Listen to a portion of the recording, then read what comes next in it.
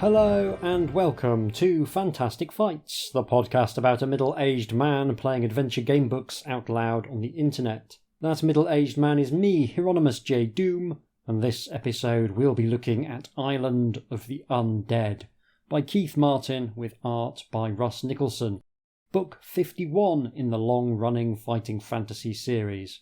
Keith Martin usually does a decent job of designing interesting but hard books, and Russ Nicholson is one of the finest illustrators in the business, so my hopes are relatively high for this one.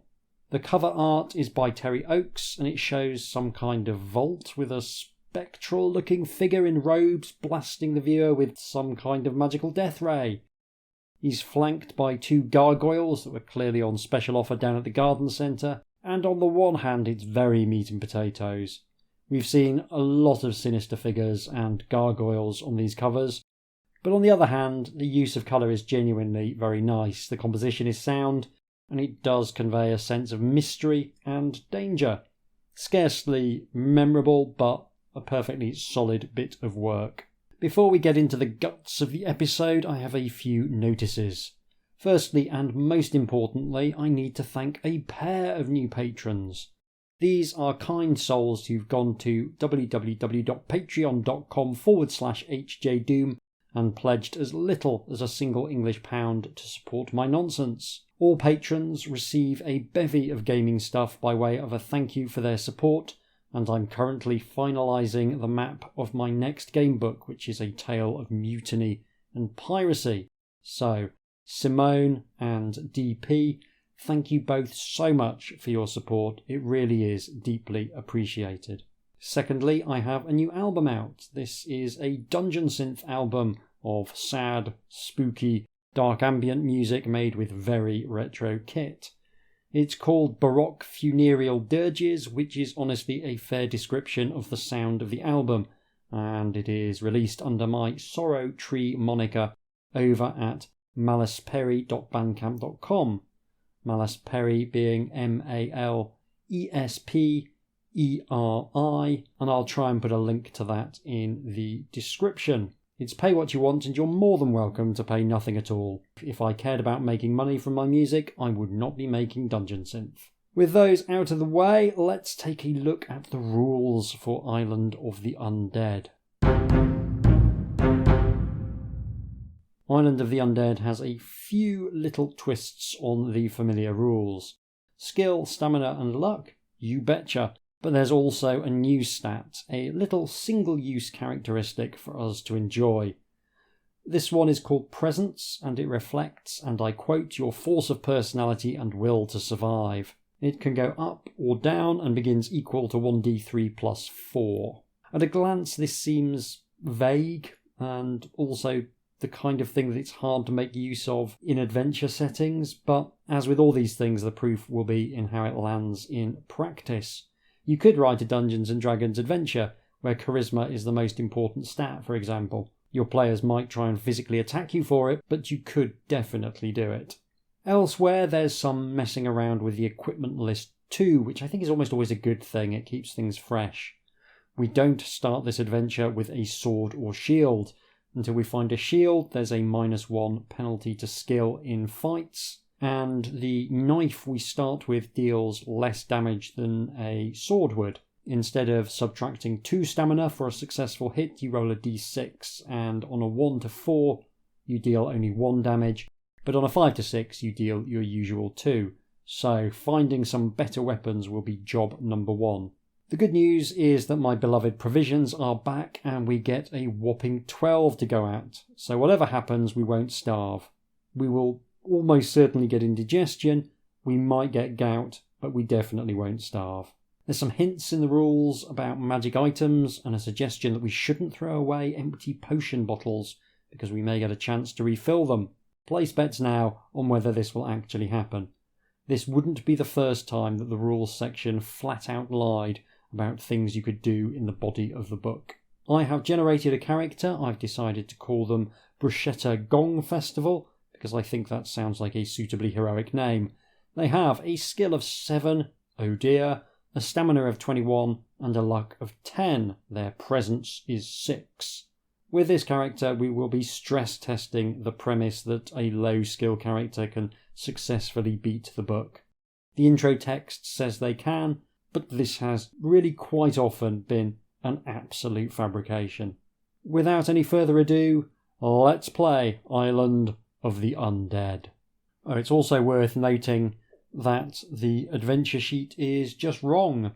There's a space for an honour stat, which doesn't exist in this game, and no mention at all of presence. There's also a space for recording time elapsed, which the rules section makes no mention of, but I guess could theoretically turn out to be a mechanic later. Either way, this does not bode especially well for a tightly edited and functional gamebook. Still, we press on with the background. There's only 3 pages of background, which is always nice to see. You know by now that there's little I dislike more than having to narrate huge chunks of background at the start of these adventures. I like to get into the action as quickly as possible. Life isn't easy in the small fishing towns along the coast facing the Strait of Knives in Alanzia. The poor soil of the land, together with the heat and droughts, don't yield much in the way of crops to sustain life. Still, it's better than living on the far side of the glimmering sea and having to suffer the predations of marauding lizard men from the swamplands of Siller Char. And the fishing here is good. It's how most people make a living.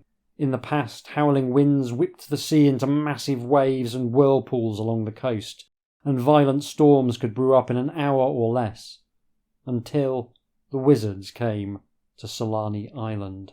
So nice to see mention of Siller Cha, the homeland of the villainous lizard men. I really like the lizard men as antagonists in the fighting fantasy world. Much like Skaven in the Warhammer world, they feel like baddies who are very unique to that setting. Not that there aren't rat men elsewhere or lizard men elsewhere, but the way in which the lizard men are presented in fighting fantasy is just really good. Should do more lizard man stuff. They really should. Why the magicians chose Solani as their home, no one is certain. Perhaps they liked the solitude, since they had to share their island with just a small community of monks who didn't bother them. The wizards were specialists, using the magic of the elements in their studies. They soon came to an arrangement with the folk of the fishing villages which benefited everyone. The fisher folk left the wizards alone and kept them regularly supplied with food, wine, cloth, tools, and with those raw materials for their magic experiments which couldn't be found on the island.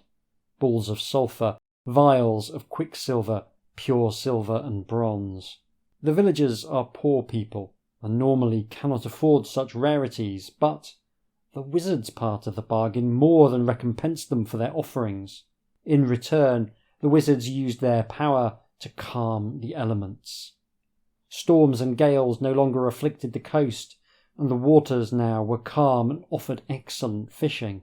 With such rich pickings available to them, and able to fish every day, the villagers could sell their excess catch to passing ships, to sell on to others along the coast who could not rely on such good harvests from the sea. The wizards let it be known that they would not take kindly to others coming in and stealing the fish from your home waters, and other folks were wise enough not to incur the wrath of the wizards. The wizards were held in high esteem. Why, they even set up a magical beacon of light in the old lighthouse on Solani to protect ships approaching from the open sea. Recently, though, something has clearly gone wrong.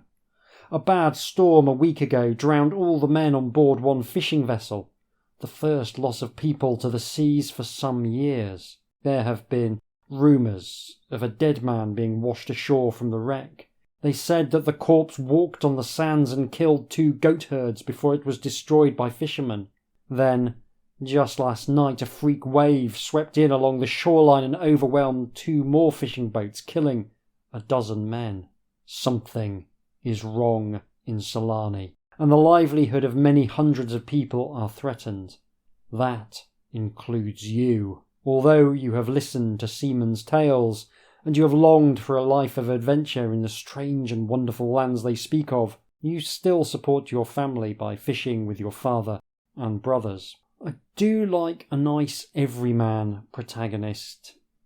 I have to say, I enjoy playing a character who's not a professional adventurer, someone whom adventure has been thrust upon rather than someone who has sought it out all their lives. It makes the world feel that little bit more dangerous, and I enjoy that. The elders of the village met and decided that a group of men must go to Solani in the strongest, stoutest boat the village can muster. The morning weather looked fair, sunny and calm. A beautiful summer's morning with the gulls crying and swooping over the azure waters. Everyone took a weapon and strapped on leather armour, uncertain what menaces Solani Island might present. The boat made it halfway across the strait before a wave rose almost vertically upward from a placid sea and smashed down over it. Men were swept overboard, 2 were crushed as the single mast broke across their backs, and the boat keeled over and soon sank. You were swept into the raging current of the now boiling sea, desperately holding your breath to stop yourself from drowning. You struggled against an inexorable force that was dragging you down, and your eyes saw only red before them as your heartbeat thumped in your ears. You couldn't hold your breath any longer. As you passed out, you knew you were going to die, and you woke up, lying on the shore and coughing brine from your sodden lungs. Mercifully, most of what you carried seemed to be with you, and your food, wrapped in waterproof cloth, still looked fit to eat. Checking by the sun, you guessed that you had been washed up on the western coast of Solani Island. You can't see anyone else along the beach. Perhaps you are the only survivor of the wreck. Now it is up to you alone to solve the mystery of Solani and discover what terrible fate has befallen the wizards. Now turn to paragraph 1. Pretty solid opening, I have to say.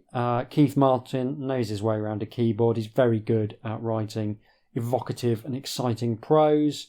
This book no exception. I think this is some of his best work as an intro, to be honest. Sets the stakes, throws you into the midst of the action in short order. Great stuff. So, section 1.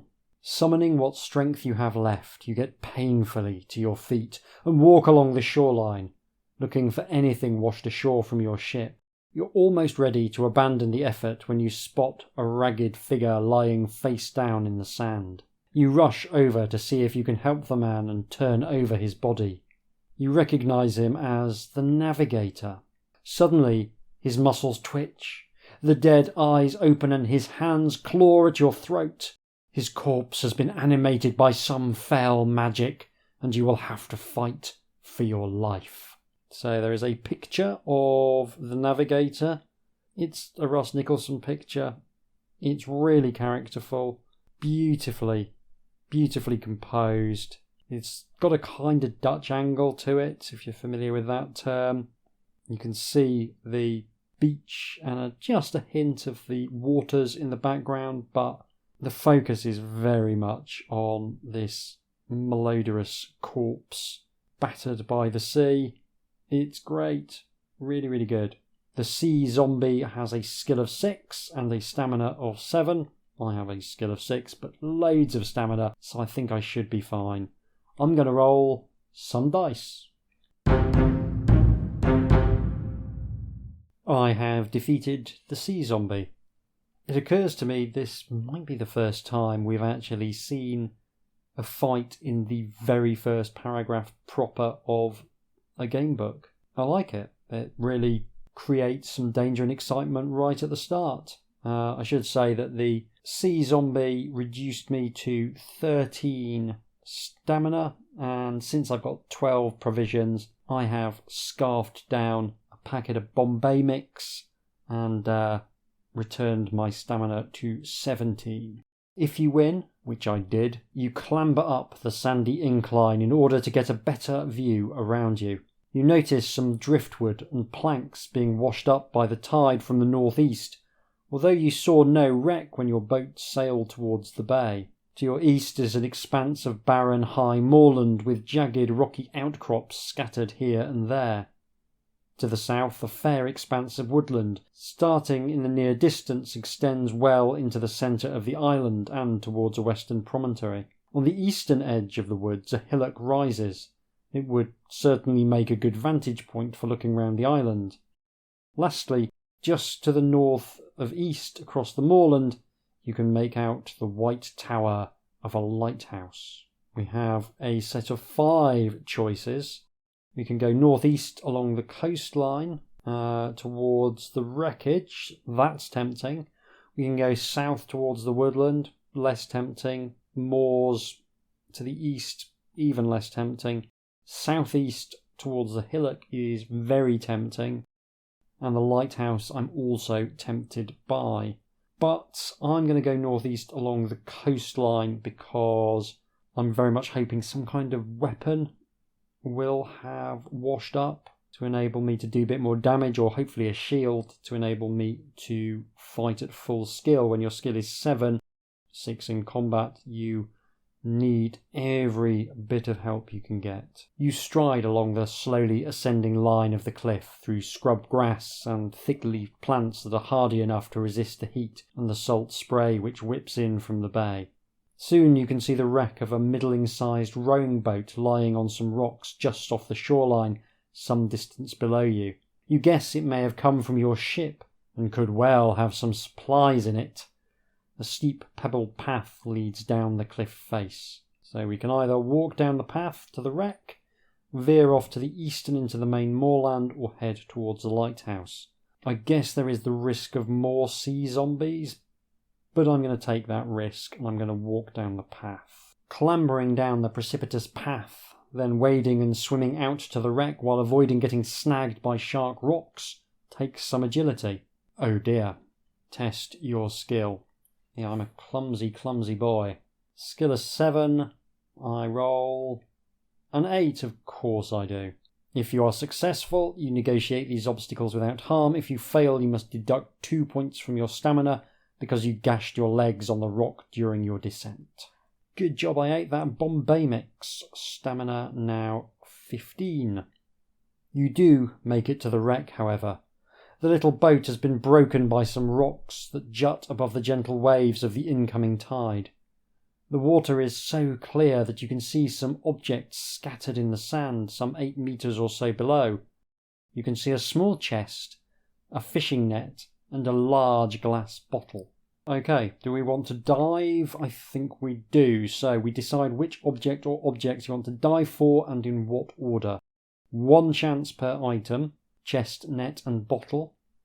And we roll 4 dice and total the numbers rolled. It actually says roll your dice, but this late in the day I actually looked up whether there was an errata for this book online, and indeed there was. There are more errors than just the adventure sheet, and it should be 4 dice in this instance. 4 dice and trying to get less than your current stamina. We have to add 2 on the second dive and 4 on the final dive. So, this is a great little minigame. Love it. I'm going to first of all scoff down a packet of sherbet lemons, because that will take my stamina back to its maximum of 19 and reduce my provisions to 10.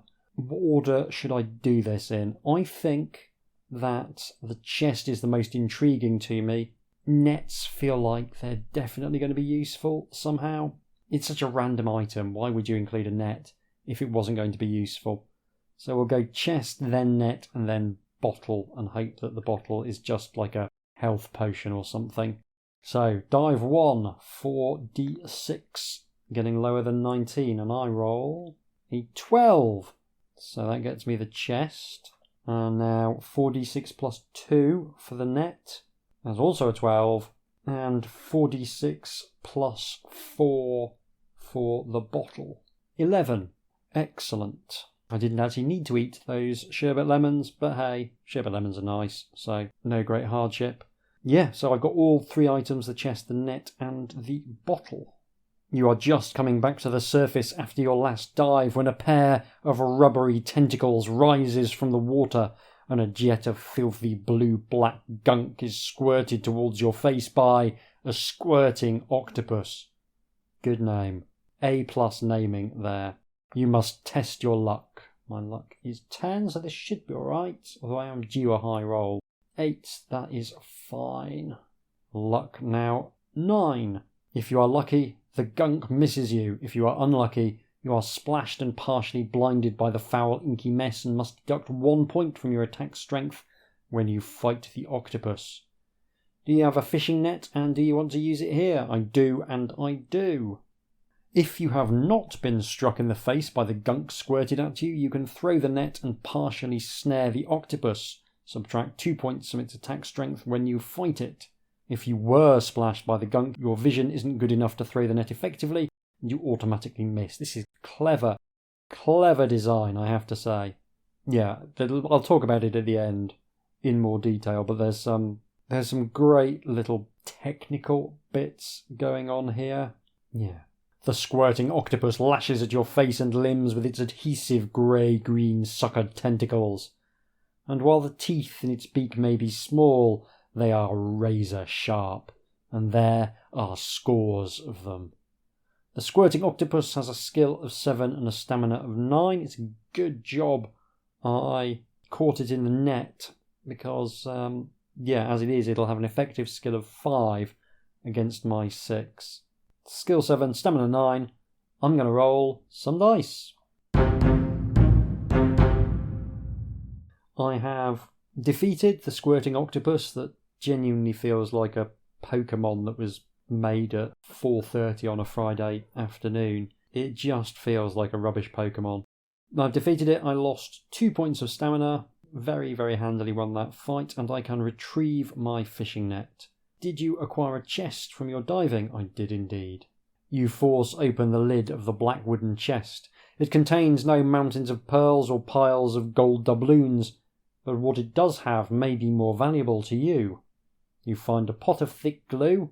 Brilliant bit of adventuring kit. A sword and a small pouch with a few gold pieces in, 6 to be precise. Now doing full damage, just need to find a shield now. 6 gold pieces, we're rich. Or possibly still very poor. Did we also salvage a bottle? Yes, we did. The bottle contains almost half a litre of best quality olive oil. I do like olive oil. You've no immediate use for it, but you have a sneaking feeling that it may come in handy at some time in the future. Excellent. We are collecting a joyously eccentric list of items, I have to say. I do enjoy when you're just finding the most random things and then they turn out to be useful.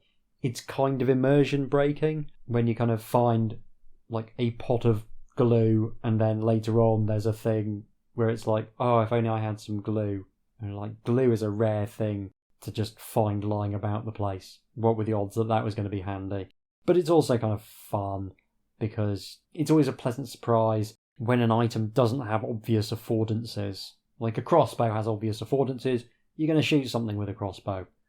I guess glue only really does one thing. It's a sufficiently unusual thing that it still has that kind of element of surprise. I mean, I'm assuming that the bottle of olive oil, we're not going to be whipping up a salad dressing. But maybe we are. And that would also be kind of cool. After wading back to land, where will you go? Ooh. Let's go for the hill in the middle of the island. See whether we can get another even better lay of the land. You tramp across the moorland, and after half an hour or so you come to the base of a grassy hillock which stands in almost the exact centre of the island. You climb it in order to get a good look around. You can see almost all of Solani from here. To the north there is much open woodland, and to the northeast you can see a lighthouse tower. Also to the northeast, but much closer, is a stone building not far from a small bay.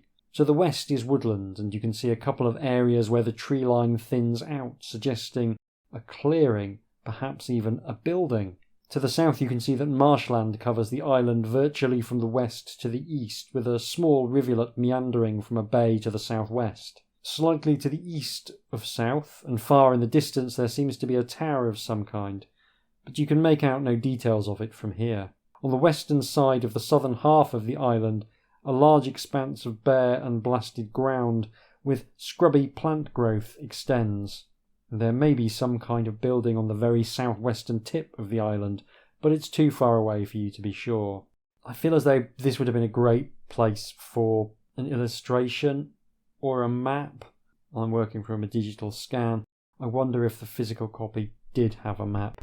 There's a lot of information in that paragraph, and when you start giving me this kind of density of information, my poor soggy brain just glazes over and it goes in one ear and out the other. What I'm going to do is I'm going to make a note of this paragraph so that I can go back and check it if I need to work out where I'm supposed to be going. My instinct is that I want to be heading towards the lighthouse tower because there's a stone building on the way and a bay, and those seem like interesting places to explore as well. Anyway, but before we get into that kind of decision, there is an occurrence. Your spying out of the land is rudely interrupted. In a ring surrounding you, bones begin to thrust up out of the ground and skeletons start to assemble. Bony hands link up with skeletal arms while ribs and limbs crawl jerkily towards spines and skulls. Would you stay and fight these undead creatures or make a run for it? I am going to take to my heels and scarper. I'm going to give it legs. I'm going to cheese it. I'm going to do my best Speedy Gonzales impression. Recording temporarily suspended there for an ice cream van, which is the first time I think that's happened. Tail end of August, and I think that's the first ice cream van that's interrupted proceedings. Anyway, as you run off, you are caught by some blows from skeletons. Test your luck. I'm not enjoying just how much I'm testing my luck. I feel as though this could come back to bite me in the behind in the not too distant future. But anyway, let's hope for the best. Luck of 9 currently. 6. I am lucky.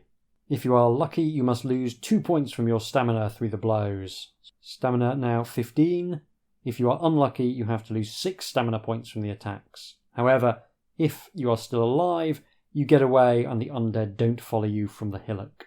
2 stamina is nothing, and a point of luck. That's fine to get away from some monsters that could easily have finished me off. And now it's a question of where I want to go. I need to pick an area which I've not previously investigated to explore next. The lighthouse and the stone building, or the woodlands, or the marshlands. So we'll go for the stone building to the northeast. A stone monastery stands behind a thicket of heavy tanglebriar in front of you. As you approach the tunnel-like passage through the forbidding plant barrier, the thorned and heavily barked branches of the plants lash out to strike at you. If you have some green cream, it's a nice thing to say, and you wish to use it here, turn to the paragraph with the number that is twice that of the paragraph where you found the green cream. Oh, Keith. Keith. I mean, I don't have it, but that is some advanced level nonsense. What's wrong with just having the green cream have a number attached to it? What's wrong with just asking us whether we've got the green cream or not? No. Double the paragraph on which you found the green cream. Alright, mate. If you have no cream, you can risk forcing a way through the vegetation or leave and find somewhere else on the island to investigate. I feel as though I ought to be able to come back to this, but from the previous paragraph it did say you can only investigate places once. Which honestly, it might be a bit weird. I mean, I could just go away, try and find this green cream and come back, but at the same time, returning to locations creates such issues for gamebook design. It really does, that I'm absolutely fine. We just go, for whatever reason, we're unprepared to go to the same place twice. Otherwise, you end up spending so many paragraphs trying to control whether this is the first or the second or the third or whatever visit. And there's often just better things you could be spending those paragraphs on. Something we'll probably talk about later as to whether this was one of those books where that was the right decision. You do your best to fend off the attacks of the Tanglebriar as you push your way through to the monastery. You must lose 3 stamina points through scratches and lashes, but then you succeed in getting close to the front door of the monastery, which is slightly ajar. So my Stamina now 12. It's getting a bit low. I'm really paranoid given that my skill is only 7 and my fighting skill is only 6. I'm going to scoff some food to get me back to 16. Quick cheese and onion pasty will sort me right out. So now I must roll 2 dice and add the numbers rolled and see if the total is less than my presence. Now, we were warned early on that having a high presence could potentially attract monsters rather than repel them. So let's see. Anyway, I have a presence of 6. I roll an 8, so that is more than my presence. In the doorway crouches the residue of a monk still dressed in the simple brown robe of his monastic order, while the slack-jawed grin and mouldering flesh tell you that you are facing a zombie. This creature retains some of the weaponless combat discipline the monk trained with during its years of life. An agility and strength unknown in ordinary zombies confronts you, as purple-yellow atrophying hands flash through the air to strike you down. The zombie monk has a skill of 9 and a stamina of 7. I'm going to die, probably, in this fight. But, who knows, maybe the dice will be extremely kind to me, and I will survive. But you can't fault this for being what it says on the tin. It was called Island of the Undead. We have found a lot of undead. So, fair play, Keith Martin. No false advertising here. This isn't another Moonrunner situation. Okay, I'm going to roll some dice. I was killed by the zombie monk and managed to reduce it to 7 stamina, which you may remember was its starting stamina. That's right, I didn't manage to land a single blow on the zombie monk. Not great, but too soon, I'm going to say, to call a halt to proceedings, so I will invoke the sausagey finger bookmark rule, and I will say that I have defeated the zombie monk, but that I was reduced to 2 stamina during the fight. I will therefore eat 3 portions of provisions, have a nice chip butty, a mushroom biryani, and a family-sized bag of Maltesers. That should set me up for the rest of the adventure. Oh, I really am going to get indigestion. I've eaten half of my provisions in the space of about 20 paragraphs. I guess I did have to walk to the centre of the island, so I've probably walked off the early provisions, but even so, I am just eating far, far too much. I'm going to be sick. Hey-ho. But yes, we will say that I have defeated the zombie monk. If you win, you step over the remains of your enemy and stare into the darkened corridor beyond. There are doors to your left and right, and the corridor leads past them to a junction with another passage. So do we go left-hand door or right-hand door, or continue as far as the passageway junction? Well, it's not a straight left-right decision, but I do like to go left at the earliest opportunity, so we will open the left-hand door. It is genuinely faintly useful to have a system like this where you always go left at the first opportunity, because it makes exploration a bit easier if you have a kind of thing of, I will generally go left, all things being equal. Subsequent playthroughs just get that a little bit easier to conceptualise. You enter the Spartan kitchens of the monastery. If you need food, you can cut the rind off some mouldy cheeses and take some jars of bottled fruit to replenish your supplies. Add up to 4 to your provisions total. Rotting cheese. Bottled fruit sounds alright. Okay, I'm back up to 10 provisions. That's good. There are some steps leading down to a door opposite if you want to go down the stairs. That will be some kind of pantry, I'm guessing. Alternatively, you can leave, re-enter the passage and open the door opposite if you haven't done this before. Let's continue exploring this area. I don't really want to. I feel as though bad things live underground, but I'm already thinking about future playthroughs, and having explored this area thoroughly will hopefully mean that I don't have to go back through it on a subsequent playthrough, so that'll help a bit. Pushing open the door at the bottom of the stairs, you stumble into the extensive cellars of the monastery. They're dark, but fortunately there is a lantern with plenty of oil here, So you take this to light your way. Add it to your possessions. You also take 2 small bottles of Monk's herbal liqueur. Each half-bottle dose is a wonderful stimulant, restoring 4 points of stamina when drunk, which you can do at any time except during combat. You can't carry more than 2 small bottles. So we've got 4 doses in total. I'm actually going to take one now. Get my stamina back to 18. Let's add... I think it's Buckfast tonic wine, isn't it? It's Bucky's. That's what this Monk's herbal liqueur is. Caffeine and alcohol. Glorious combination. Do you want to make an extended search of the cellars by prodding around in some dark and dingy corners, or do you want to leave the kitchens and go back to the passage? I want to continue prodding around, please. This is almost certainly a terrible idea, because when a book gives you 2 vials of healing potion, you should probably cut your losses, but I'm going to press on regardless. The cellars are extensive and a search is time-consuming. You must eat a meal. I really don't think I must. I really don't think I need to eat a meal. Okay, I guess I'll cram down some bacon and eggs. They'll sit nicely on the Maltesers I just ate. But you find a pestle and mortar, which you may take if you wish. And, scrawled on a wall in a far corner of the cellar, you find what seems to be some kind of map. Below, on the floor, is the broken flint the unknown cartographer used to scratch the map with.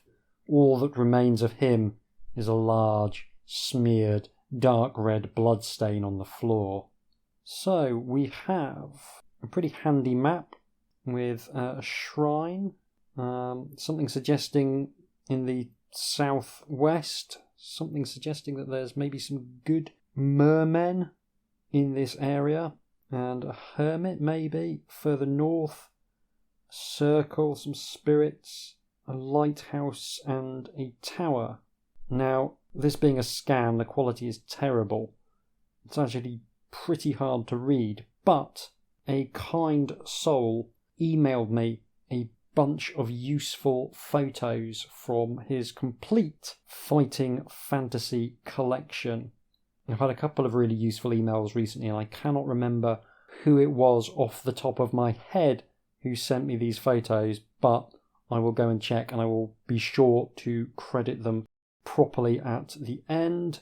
I think one of them might be this map, so I will hopefully have the opportunity to look at a better quality image than this and make sure all of the bits are correct. But even with this poor quality scan, it's a pretty useful thing. Gives me the layout and suggests that there's a handy place to go and look. After your search, you return to the passage. Here you can open the door opposite if you haven't done this already, leave the monastery, or head further into the building where we'll open the door opposite. Going through the doorway, you set off down a passage into a warren of rooms where the junior monks lived. Each room is tiny and contains only a hard pallet bed, a simple chair, and 1 or 2 small ornaments. Do you want to spend some time searching the individual rooms, return to the main passage and leave, or head along the main passage towards the T-junction? We'll have a bit of a rummage. I guess we're going to be eating another meal. Your time spent searching is wasted.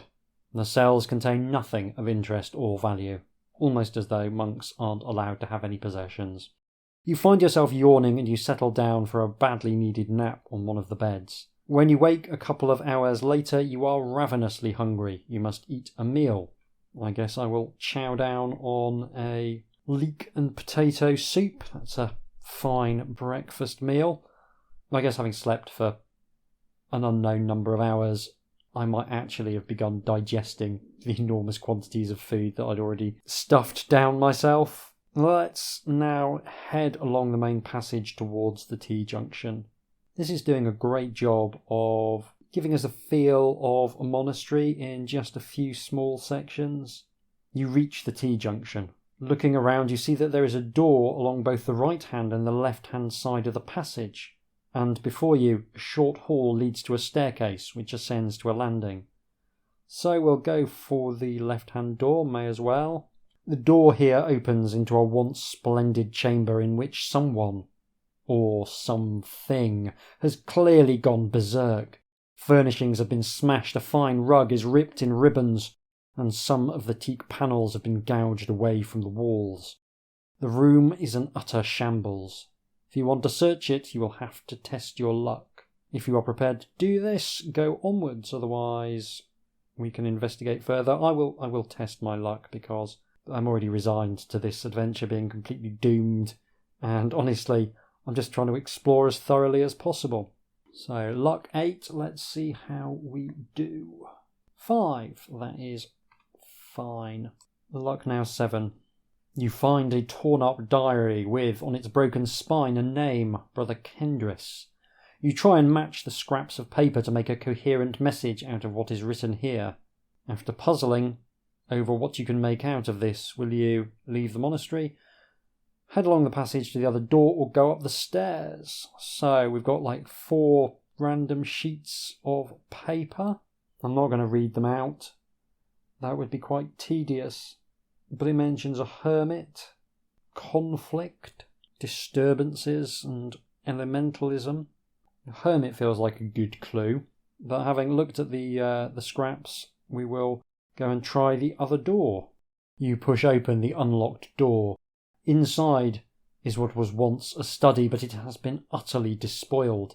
Furniture and books, specimens and samples of plants and fruits and seeds have all been overturned, thrown around and trampled underfoot. You make a careful search and find below a carpet piled up in one corner of the room that there is a tiny trapdoor. It is not possible to lift it by force. You can only open it if you have a gold key. If you have a gold key, you know the number of the paragraph where you obtained it. Double that number. Again, Keith Martin, gonna Keith Martin. Fine. I'm really enjoying the sense that something has happened in this monastery. It feels like a coherent space that has a history, and the authors really thought about trying to make all of the locations feel as though they're part of the terrible thing that happened here. Really good. Okay, well, we're going to go and climb the stairs. We know we need to try and find a gold key from somewhere.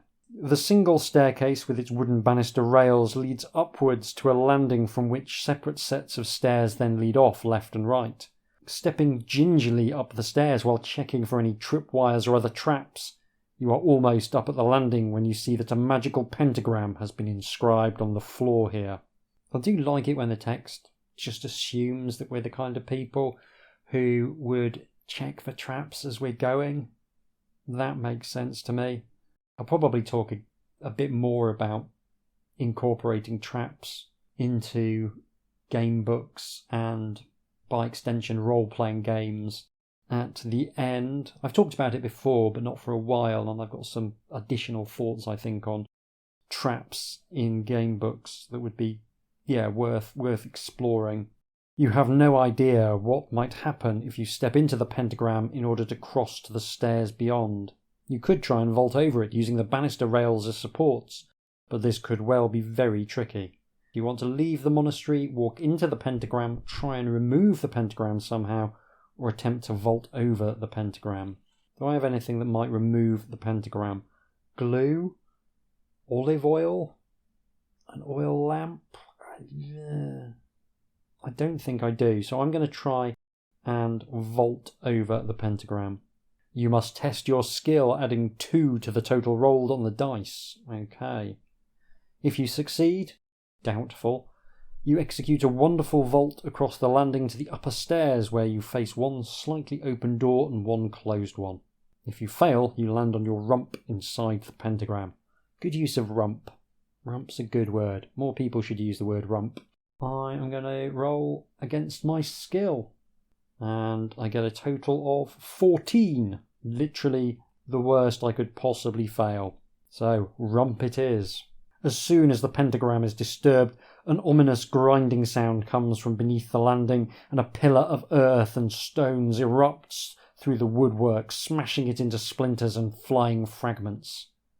Lose 1 point from your stamina because of the cuts and abrasions you have suffered from sharp splinters of wood and flying stones.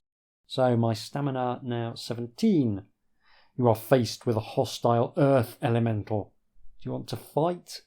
I mean, it seems like it would probably be quite powerful. Or would you prefer to flee? Let's try and flee. You run out of the monastery. Roll 1 die and halve the number rolled, rounding up, which is 3. Deduct 2 from your stamina. If you are still alive, the magical guardian doesn't pursue you outside the building. So stamina now 11. I guess I will quaff another half bottle of Buckfast tonic wine and increase my stamina back to 15. So choices, we can go to the lighthouse, the woodland, the grassy hillock, or the marshlands. And I think the marshlands is the place we want to go. You enter the scrub margin of the marshland, which leads into the denser swamp to the south. There is a track you can follow which keeps your feet out of the inky pools and channels of brackish water that periodically release stinking bubbles of marsh gas. Clouds of insects buzz and drone over the filthy water, and the plant life is mottled with a yellow blight. Fronds of mangarel trees blot out the sunlight above you, and the swamp has an aura of sickness and disease. If you have a vial of green cream, smear this on yourself to keep the insects away. Otherwise, you must deduct 3 from your stamina because of their bites during the trek through the swamp. Stamina now 13. Do you have lung rot? In real life, possibly. In this game book, thankfully not. The trail now splits, forking southwest and southeast. Overhead, you notice a series of interwoven vines in the leaf canopy, forming a rope bridge of sorts that leads directly south. It would be a lot cooler up there than it is down here, and the sweat running off your body lets you know that the heat and humidity are already beginning to weaken you. Which route will you now take? So, southwest, I hope, will lead us to the Mermen. Southeast, I don't know where that's going to lead us. And the rope bridge sounds good, but it's heading south, which is not the way I want to go. So, we will take the southwestern trail. The trail winds among some heavy clumps of vegetation, and suddenly you miss your footing and slide down into a pool of disgusting swamp water. You accidentally swallow some of the filth and come out coughing and spluttering and nauseous. Deduct 3 points from your stamina. Oh dear. Stamina now 10. Something has taken an interest in your strenuous activity. Sliding through the swamp waters comes a huge swamp alligator. Its massive jaws open to fasten on your legs, and you must fight the thing. You're half in the swamp, so you cannot flee. There is a picture of the swamp alligator. Surprising no one, it's great, absolutely cracking. The water sort of seething around it. Just so many sharp teeth, lunging out of the water, the vegetation in the background, a real showcase of the kind of stuff Russ Nicholson's great at. It's awesome. What is less awesome is that the swamp alligator has a skill of 8 and a stamina of 10, and I have an effective skill of 6 and a stamina of 10. So, probably for the last time this episode, I'm going to roll some dice. Oh, I should say that there is a special rule that something happens if the alligator has an attack strength of 20. I assume that means 20 or more, rather than just exactly 20. But yes, if it rolls a really good attack, then something interesting will happen. But yeah, I am going to roll, possibly for the last time, some dice. I have been eaten by the swamp alligator. I did 2 points of damage to it, and it occurred to me as I was fighting it that it needs to roll a double 6 in order to get an attack strength of 20. So the adventure is very much over. And had it rolled a double 6 for its attack strength, I would have died instantly, if you were wondering. As the alligator sinks its sharply pointed teeth into your thigh, you scream in agony and faint from shock. Your adventure ends here. My adventure really does end here. That's the second death. I've been recording for a bit over an hour. That seems fine. To break there, not a vastly successful adventure, but one in which I felt I made a surprisingly good amount of progress. I know that I probably shouldn't go to the monastery first. That's worth knowing. The low skill did eventually kill me, but it took a surprisingly long time to do so. I feel as though I know what kind of approach I might take on my subsequent playthrough. That's really exciting. I always enjoy it when I've been beaten by a book, but I'm like, I know how I'm going to approach the next run. Very, very enjoyable on a first run. Hopefully that enjoyment will continue.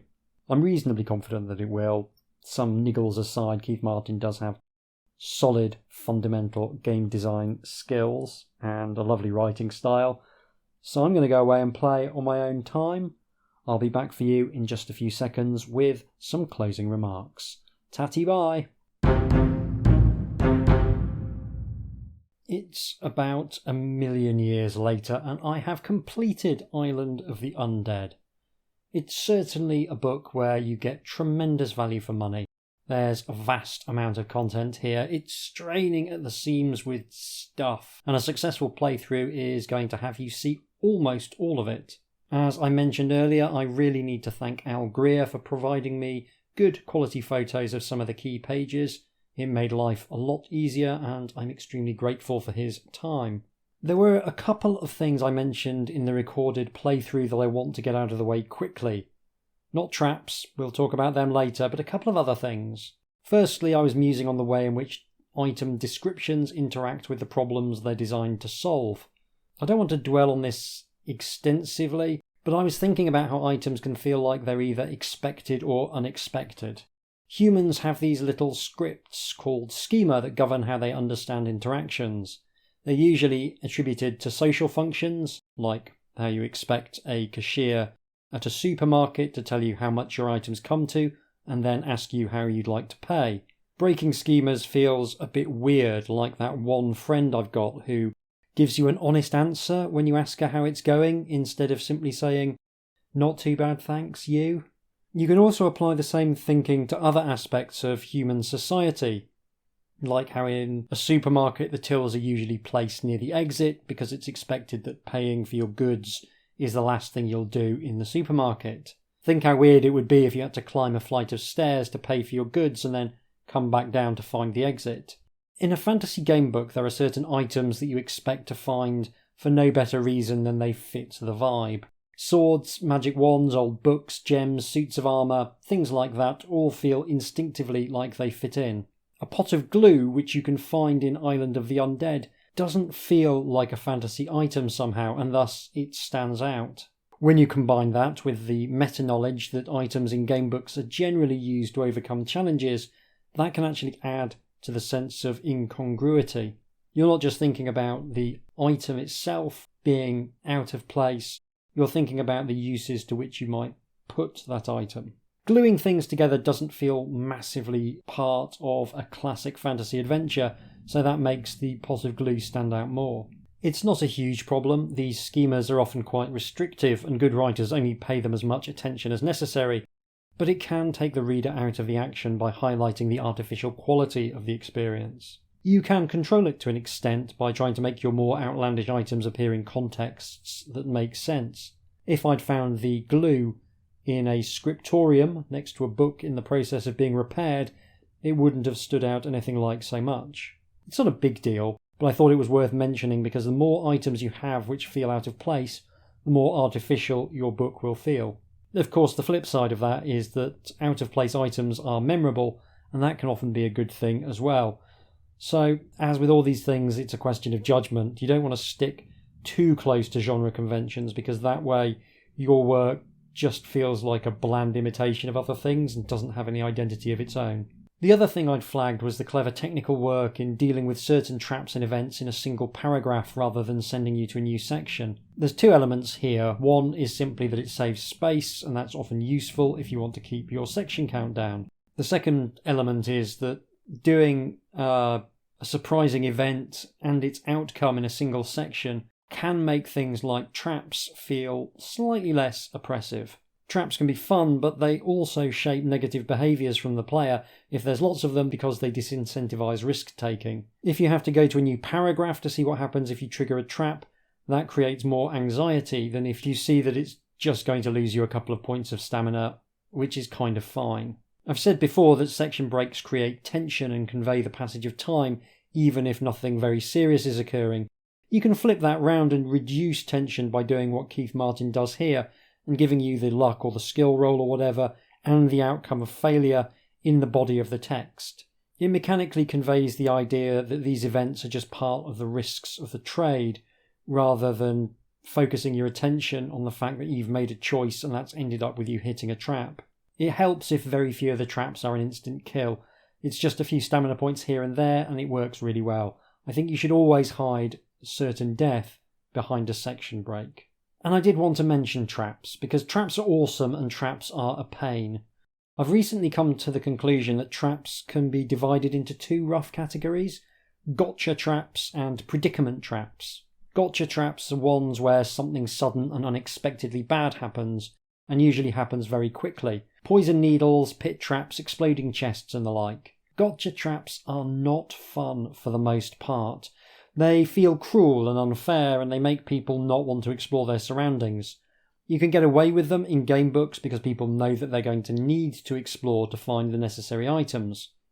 I'd say Ian Livingstone is pretty good at this sort of trap. He's got a knack for giving you situations where you half suspect something bad will happen. At least if you trigger a gotcha trap, you'll know better next time, which is an advantage that tabletop games don't have. It's a unique feature of game books that you'll probably play through them multiple times, and therefore hopefully remember where the gotcha traps are. In this book, Keith Martin very sensibly makes the gotcha traps fairly mild in terms of their consequences, which I think is also important. Predicament traps are traps that, when triggered, create a situation which the player must then escape. Spikes slowly coming out of the walls, the ceiling starting to collapse, a big boulder tumbling towards you, that kind of thing. I think these are generally better because you get the surprise element, but the player also has a chance to avoid the consequences, either by making a roll, or better still by making a decision. A good predicament trap can be enjoyable as a fun action sequence, and if you make them memorable, then the player may not actually end up feeling that bad about triggering them at all. And I think these are the best traps to use generally. You can combine the two as well. A gotcha trap that does no damage or very light damage can reveal a predicament. You narrowly escape a poison needle blow dart, but it's clear that the corridor has many more places where such a trap might trigger, and you now need to come up with a way of traversing that space safely. So my advice is to be cautious about gotcha traps and use predicaments wherever possible because they create player agency and interesting stories. And if you are going to include gotcha traps, try and make the consequences generally pretty mild, unless it's very obvious that it's a situation in which a trap might occur. Okay, with those bits done before I forget about them, let's look at the book as a whole. I really liked it, in the sense that I really liked the first half and I liked the second half. The setup is great. There's stakes, but they feel personal rather than global, and that's always my personal preference. I think trying to save a fishing village by exploring a mysterious island feels more relatable to me than travelling halfway across the world to deal with some apocalyptic threat. The island is fantastic. It feels simultaneously big enough to be an exciting place to explore and small enough to feel manageable and claustrophobic. The mystery of exactly what's gone wrong is enticing, and Martin does a fantastic job of creating encounters that reinforce and explain that mystery as the story goes on.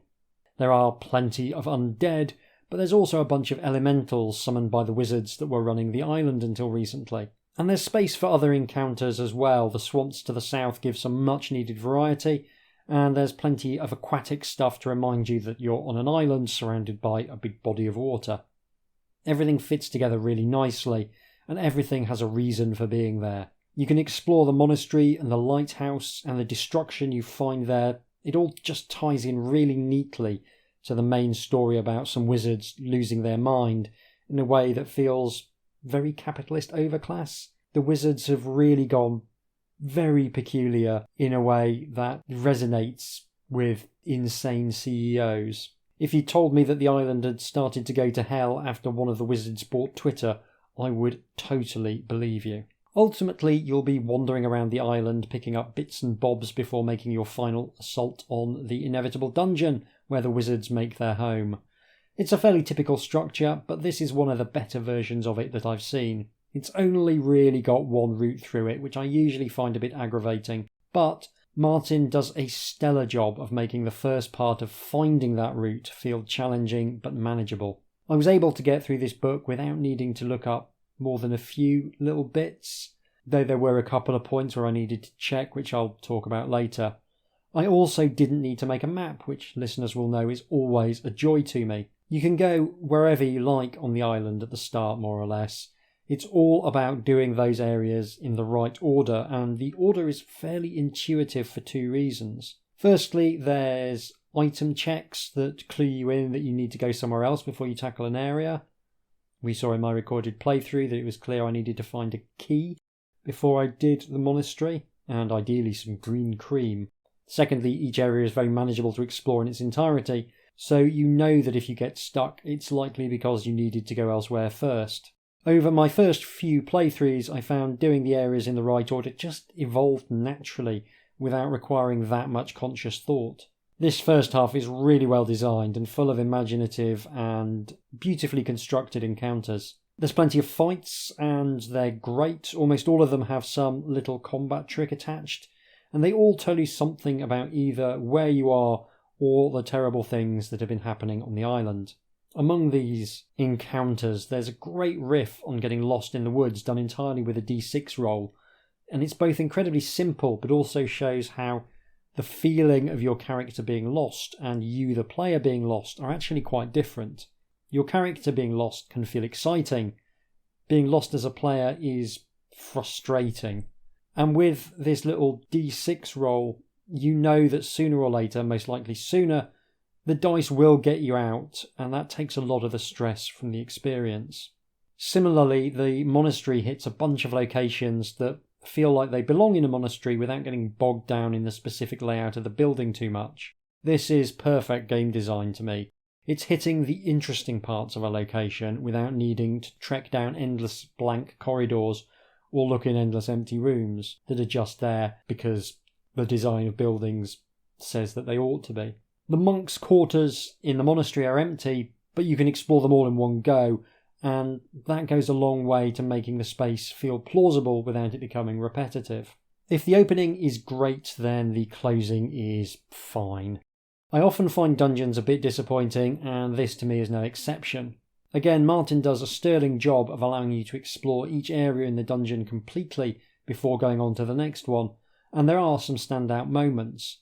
There's a whole subplot with the Wizard of Air and the Wizard of Earth that's very cool indeed, and gradually uncovering all the bits you need to beat the final boss is very doable. It's time consuming, but it's very doable. And that's the problem, it all just seems to take a bit too long, and wandering through the various corridors and rummaging through the weird rooms, it rapidly starts to feel like a bit of a chore because there's just a few too many hoops to jump through in the later stages. The final confrontation is meticulously designed and has lots of decisions within it that you can make, but by that point I kind of felt like I'd done enough. I just wanted to be patted on the head and told I was a good boy. I didn't really want a massive multi-stage fight, not least because the thought of messing it up at that late stage and then having to go back to the start and wade through so many paragraphs to get back there, it was just a really draining thought. I did cheat very slightly on the final boss for that very reason. I couldn't face making a mess, and I was ready for it to be over well before I got to the final throwdown. It's a shame because it's objectively a great design, but it's intricacy on top of intricacy, and it gets a bit much. It's like when you're still trying to get through the Christmas leftovers on the 28th of December and your body is just screaming out for salad.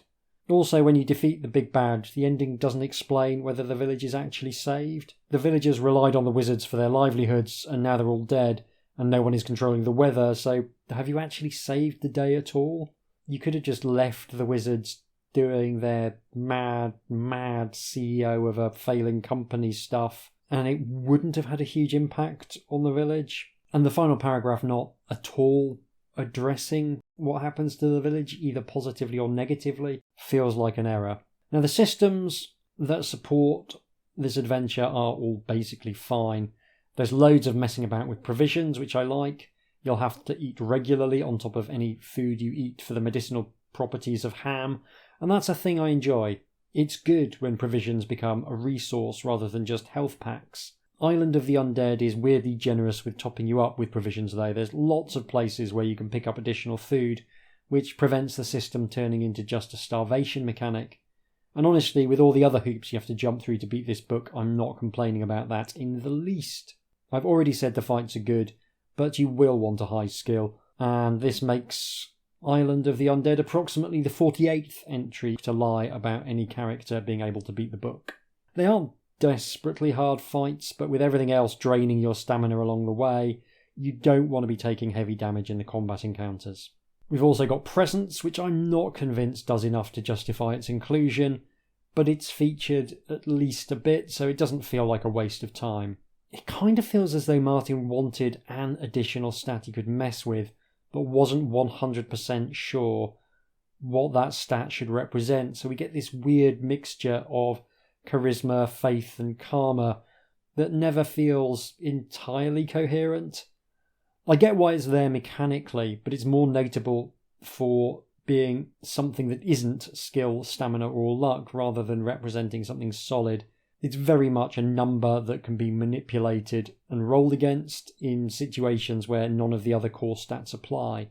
In a book stuffed with clues, codes and items, I don't think it massively needs to be there, but it's well implemented, it's not creating any actual problems, so I'm happy enough that it is there. There's also a code. Keith Martin loves a code. This one comes in the form of a magical seal with a message written in code for you to decipher. It's the same code as Vault of the Vampire, where you must alternately jump back and ahead in the alphabet with each letter of the code word. So a C would equate to either a B or a D, depending on where it is in the sentence. It was a stupid code then, it's a stupid code now. I had to look up the solution. Also, there's a spelling mistake in the code phrase as well, which is pretty unforgivable.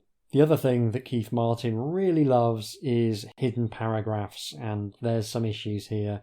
He loves making you add things up, he loves making you multiply things, he loves making you turn names into numbers. And this is one of those things that feels impactful once or twice, but rapidly starts to make you feel as though you're being asked to do a 5-year-old's homework on top of saving the world.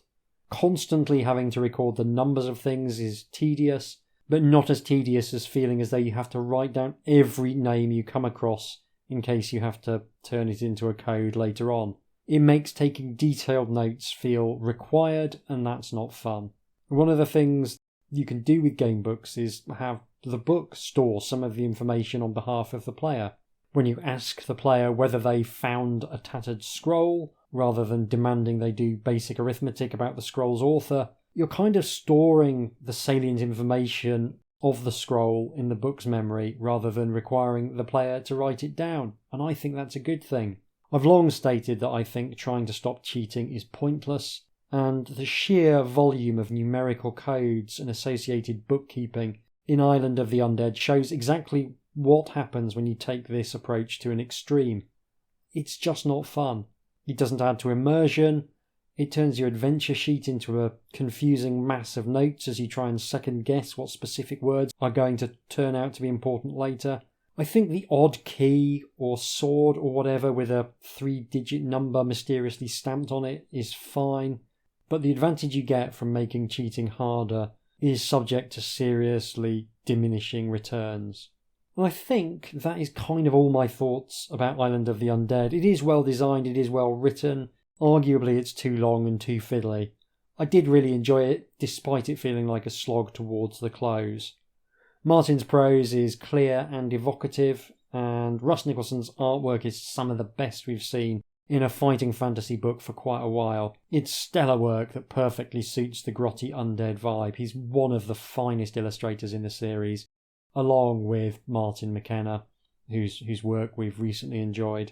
His grotty style really suits the undead vibe and the sense of collapse that the island has, and it's great to have a more down-at-heel feeling book. These are so often my favourites. I think it is Keith Martin's second strongest fighting fantasy book so far. It's clearly better than either Stealer of Souls or Tower of Destruction. It's a bit better than Master of Chaos. It's not quite as good as Vault of the Vampire. But he does remain one of the designers with the best grasp on the fundamentals of the craft. Well, that is all for this episode. Join me again in a couple of weeks for another bonus episode. I haven't decided what I'll be covering in that episode yet, so hopefully it'll be a nice surprise.